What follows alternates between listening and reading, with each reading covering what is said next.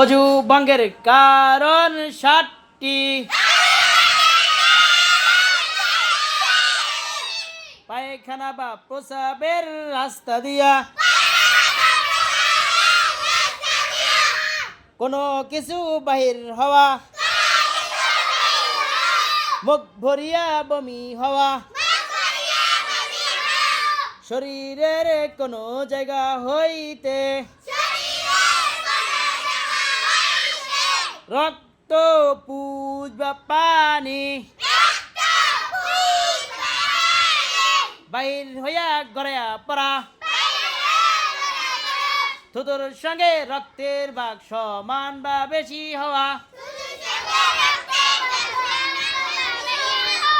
চিত বা কাত হইয়া হেরান দিয়া ঘুম যাওয়া,